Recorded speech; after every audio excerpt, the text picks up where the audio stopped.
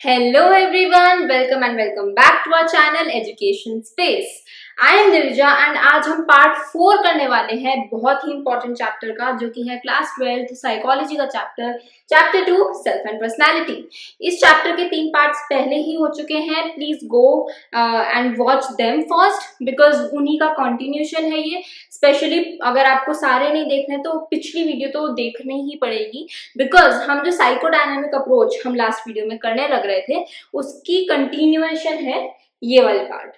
ठीक है, psychodynamic approach क्या थी वो सिगमंड फ्रॉइड ने दी थी एंड उसके सब पार्ट्स हैं। सब पार्ट्स में हम पहुंच चुके थे ईगो डिफेंस मैकेनिज्म्स तक। ठीक है, तो हम बिना किसी देरी के जल्दी से ये शुरू करते हैं एंड ये भी बहुत इंपॉर्टेंट टॉपिक है। हाउएवर ईगो डिफेंस मैकेनिज्म की एक्सप्लेनेशन या फिर होता क्या है ये नहीं आता, बट एग्जाम्पल्स आ जाते हैं। जैसे कि पूछ लेते हैं कि अगर कोई, चलो मैं पहले आपको एक्सप्लेन करती हूँ फिर बताती हूँ कि सवाल कैसे आते हैं। बोर्ड्स में 1 नंबर का सवाल तो पक्का आता है इस क्वेश्चन से भी, इस पार्ट से भी। ईगो डिफेंस मैकेनिज्म क्या होता है? फ्रॉइड ने कहा था कि हम जो पर्सन है ना, जब उसके एंजाइटी प्रोवोकिंग थॉट्स आते हैं ना तो फिर वो हाइड कर देता है उन थॉट्स को, वो अनकॉन्शियस में भेज देता है। ये हमने पिछली वीडियो में पढ़ा था। अब क्या होता है, उन थॉट्स को वो क्यों भेजता है? Because they reduce it's anxiety. Conscious mind में रहेगा तो वो एंजाइटी करेगा, इसलिए वो अनकॉन्शियस में भेज देता है, विच makes him away from the reality। अब क्या है, ये एंजाइटी प्रोवोकिंग सिचुएशंस की वजह से क्या होता है ना, ये unknowingly away from his actual behaviour act करने लग जाता है कोई पर्सन। जैसे फर्स्ट देखते हैं क्या हो सकता है। फर्स्ट, रिप्रेशन क्या होता है कि person became unaware of his feelings और डिजायर्स। मतलब अगर मैंने कोई एक्ट किया, मैंने ये पेन उठाया फॉर एग्जाम्पल, या फिर मैंने किसी को थप्पड़ मार दिया, अगर मैंने किसी को स्लैप कर दिया एंड किसी ने पूछा कि तुमने क्यों मारा, तो फिर पहली बात तो कोई पूछेगा नहीं, सीधे वापस मारेगा। बट किसी ने पूछ लिया कि तुमने क्यों मारा मुझे बेफालतू में, विदाउट एनी रीजन, तो फिर वो क्या कहेगा? आई डोंट नो मैंने क्यों मारा, मेरे को सही में कुछ नहीं पता। तो वो क्या करेगा, उसको पता होगा बट उसकी जो डिजायर होगी ना वो अनकॉन्शियस में होगी, तो वो रिप्रेस कर देगा। दैट इज रिप्रेशन, कि मैंने थप्पड़ मारा बट मेरे को ये नहीं पता कि मैंने क्यों मारा। Second thing is projection. मैं अपनी डिजायर्स, अपनी फीलिंग्स, अपने थॉट्स दूसरों पे थोप दूँ। जैसे अगर मुझे बहुत एंगर इश्यूज है, ठीक है, तो और मैं बहुत चिल्लाती हूँ, तो अगर मैं सामने कोई मुझसे बात करना है तो मैं क्या कहूंगी कि यार तुम बहुत चिल्लाते हो, तुम्हें बहुत एंगर इश्यूज है, मुझसे बात मत क्या करो तुम। But that's not the case, मुझ में ज्यादा एंगर इश्यूज है बट मैं वो चीज अगले बंदे पे प्रोजेक्ट कर रही हूँ। So that is called projection.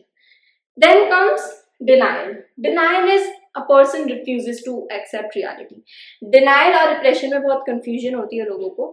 Repression क्या होता है वो मैंने बताया कि आपको पता है आपने चीज की, आपको पता है, मेरे को पता था कि मैंने थप्पड़ मारा, बस मुझे ये नहीं पता था मैंने क्यों मारा। डिनाइल में क्या होगा, डिनाइल में मुझे यही नहीं पता कि मैंने थप्पड़ मारा है, मैंने थप्पड़ मार दिया, फिर मैं मुंह फेर के घूमने लग गई और फिर कोई मुझसे आके पूछते तुमने मुझे थप्पड़ मारा, तो मैं कहूंगी नहीं मैंने तो मारा ही नहीं, मैंने तो किया ही नहीं, तो मैंने डिनाई कर दिया वो चीज। रिप्रेस मतलब वो चीज छुपा ली, अंदर चली गई। डिनाई मतलब मना ही कर दिया। Then comes reaction formation. Reaction formation is pretty easy.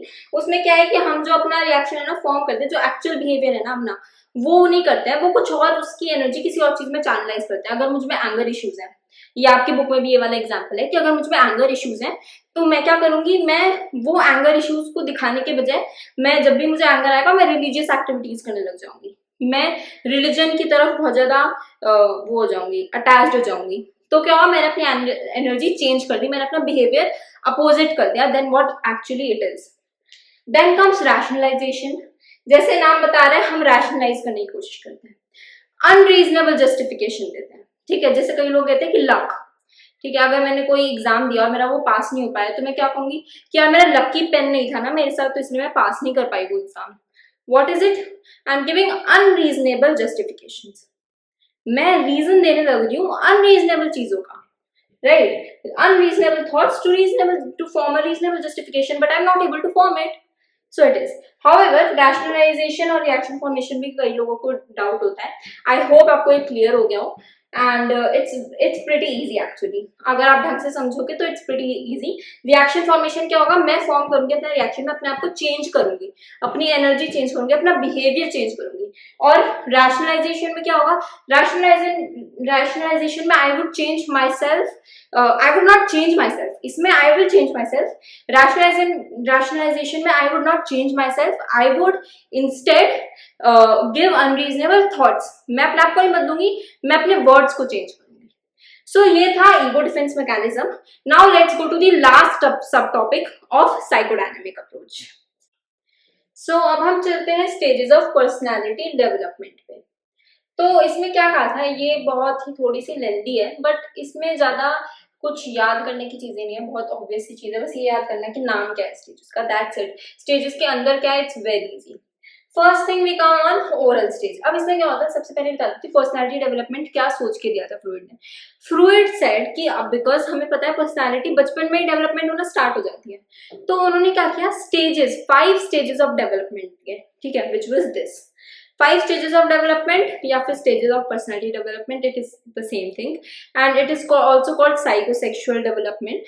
ठीक है, तो उन्होंने क्या कहा इसमें कि अलग अलग स्टेजेस होती है लाइफ में जहाँ पे अलग अलग टाइप की पर्सनालिटी फॉर्म होती है, एंड वही पर्सनालिटी पे अगर कहीं फिक्सेशन हो जाता है, this 2 things, fixation and regression, ये भी हम पढ़ेंगे स्टेज के एंड में, बता रखे है ये चीज। तो अगर इनमें से कोई 2 चीज हो जाती है, fixation leads to regression, but अगर फिक्सेशन और रिग्रेशन कुछ हो जाता है तो फिर उससे पर्सन क्या है, वो स्टक हो जाता है उस एज पे, एंड वो अच्छे से उसकी पर्सनैलिटी डेवलप नहीं हो पाती। तो देखते हैं पर्सनैलिटी धीरे धीरे डेवलप कैसे होती है according to Freud. First comes oral fixation, oral stage. ठीक है, ओरल स्टेज की बात करें तो सबसे पहले it happens on infancy.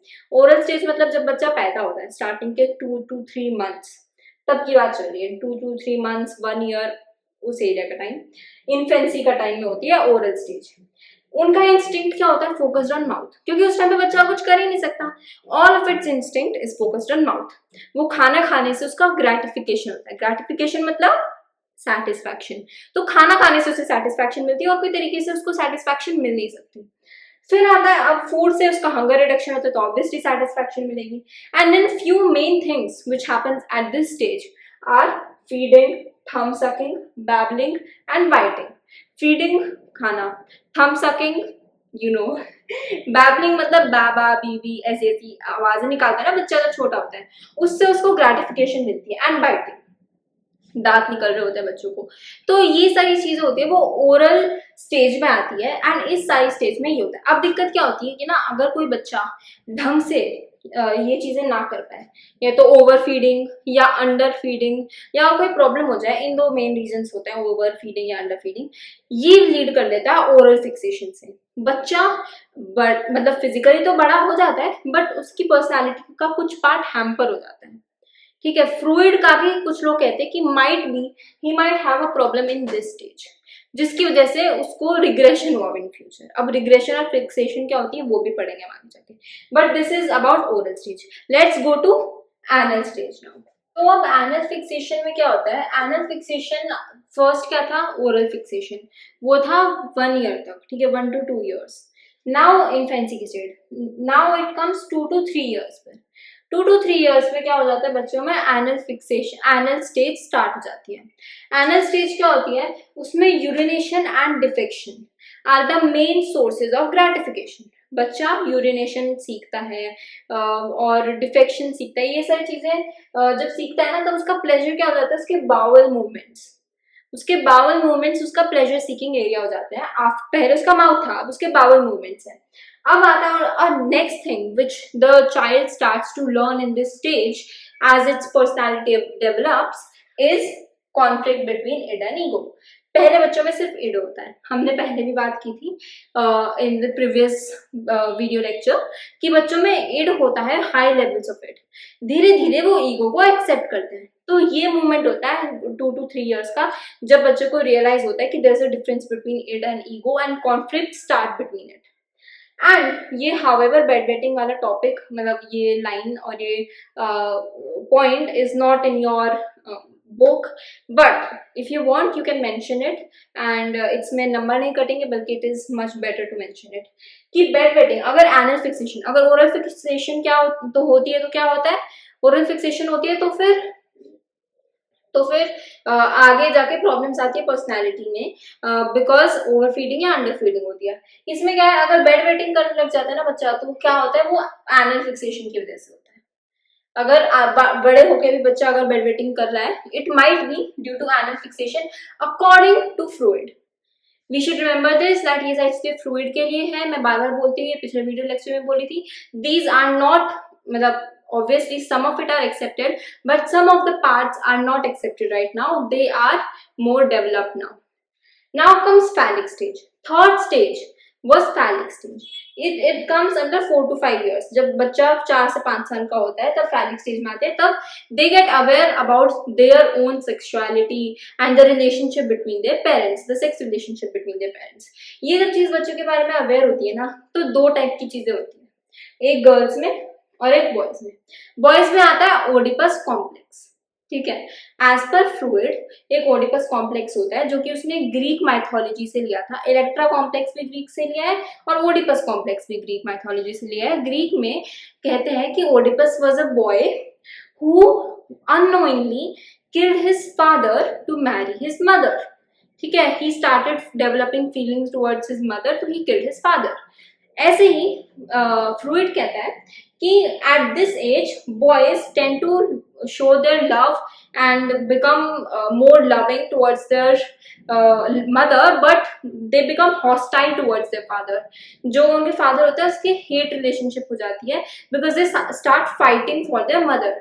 Okay, अब क्या होता है, इसका रेजोल्यूशन क्या होता है कि धीरे धीरे जब ये स्टेज खत्म होने लग जाती है, तब बच्चा accepts the relationship, he accepts relationship and he starts modelling after his father, कि उसके फादर के कदमों पे चलने लग जाता है कि I also want to be a man like my father, ठीक है। This is the resolution. Similarly Electra complex में गर्ल्स के साथ होता है। Girls in Electra complex. Electra was a girl in Greek mythology where she induced her brother to kill her mother so that she can marry her father. ठीक है, complex relationship मतलब यही है कि उसकी मम्मा को वो चाहती थी मर जाए, because she had feelings towards her father. तो कहते हैं कि गर्ल्स में लव टुवर्ड्स फादर होता है एंड हॉस्टैलिटी टुवर्ड्स मदर होती है, अपोजिट। एंड इसका भी रेजोल्यूशन क्या होता है, they start modelling towards her mother, ठीक है। इसका एंड ऐसे होता है। फैलिक स्टेज ये होती है। क्वेश्चन आ सकता है, what are the 2 complexes in stage of personality development theory by Freud? What are those? Electra complex and Oedipus complex. Simple. Now let's go to the 4th stage. तो अब latency stage क्या है, उसमें वो हमने अब तक देखा 7-8 तक हम पहुंच चुके थे।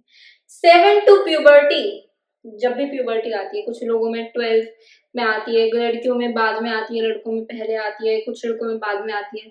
सो प्यूबर्टी की कोई एज डिफाइन नहीं है, इस वजह से 7 एज टू प्यूबर्टी, इस टाइम पीरियड का टाइम जो होता है ना, वो बच्चा फोकस्ड रहता है, उसमें बच्चा ग्रेटिफिकेशन मिलती है बच्चे को from social and achievement related activities, ठीक है। कभी टीचर्स को खुश करना या फिर एग्जाम में अच्छे नंबर लाना, सोशल वैलिडेशन मिलना, अच्छा काम करना, ठीक है।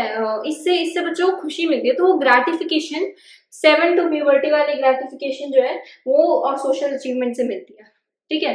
Next come genital stage. This stage is the last stage and it is a stage of puberty. इसके बाद बच्चा अडल्ट हो जाता है, पर्सनालिटी डेवलपमेंट का मेन पोर्शन अकॉर्डिंग टू फ्रूइड हो जाता है खत्म। तो अब प्यूबर्टी में क्या होता है, sexuality, fears and repressed feelings जो पिछले के सारे स्टेजेस में थी ना, वो धीरे धीरे एक्सप्रेस एंड एग्जिबिट इस स्टेज में होती है, बिकॉज बच्चा थोड़ा और मेच्योर बन जाता है, right. Child become sexually mature and then obviously become sexually mature and then get aware of how to behave with the opposite sex. ये सारी चीजें बच्चों में आ जाती है, it becomes sexually mature, but again if we talk about fixation, इस stage में भी फिक्सेशन हो सकती है, which is if अगर ओवर इंडल्जेंस हो या फिर ओवर स्ट्रेस हो किसी को, तो फिर उससे क्या होगा, उसको फिक्सेशन हो जाएगी, जेनिटल फिक्सेशन हो जाएगी, ठीक है।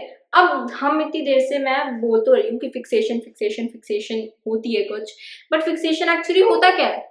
फिक्सेशन सिंपली कुछ नहीं होता। जब एक बच्चा स्टेज पे आगे नहीं बढ़ पाता, एक लेवल आगे नहीं जा पाता, एक स्टेज से दूसरी स्टेज पर नहीं पहुंच पाता ढंग से, तो उसे कहते हैं fixation. Failure of a child to come out of any stage is called fixation. अब ये रिग्रेशन क्या होता है? फिक्सेशन का outcome is regression, as simple as that. कोई कंफ्यूजन वाली बात नहीं है, इसमें बच्चे कंफ्यूज हो जाते हैं, इसमें कुछ नहीं है। फिक्सेशन क्या होगा कि भाई I am not able to overcome the anal stage, तो फिर क्या होगा? मैं बेड वेटिंग करने लग जाऊंगी। तो एनल स्टेज से बाहर ना आ पाना इज फिक्सेशन, बेड वेटिंग करना is regression. Regression is showing that I am fixated. So this was it. This was very simple. ठीक है, साइकोडायनामिक अप्रोच यहीं पे खत्म होती है फाइनली।